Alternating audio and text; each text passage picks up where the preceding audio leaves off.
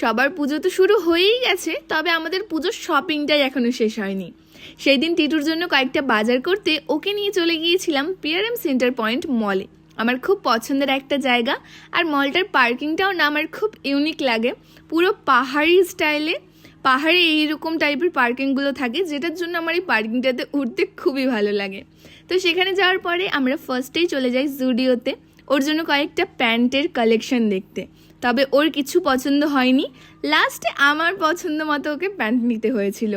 আর সেটা নেওয়ার পরেই আমরা চলে গিয়েছিলাম ইউস্তাতে।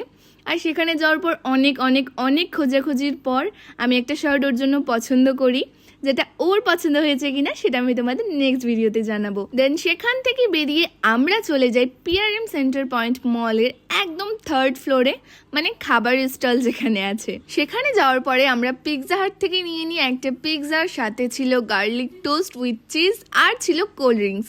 তো সেটা খাবার পরেই আমাদের শপিংয়ের ব্যাগ হাতে নিয়ে আমরা বেরিয়ে পড়ি সেখান থেকে। আর এবার আমি তোমাদের সাথে শেয়ার করব দুর্গাপুজোর সেজে ওঠা মালদা।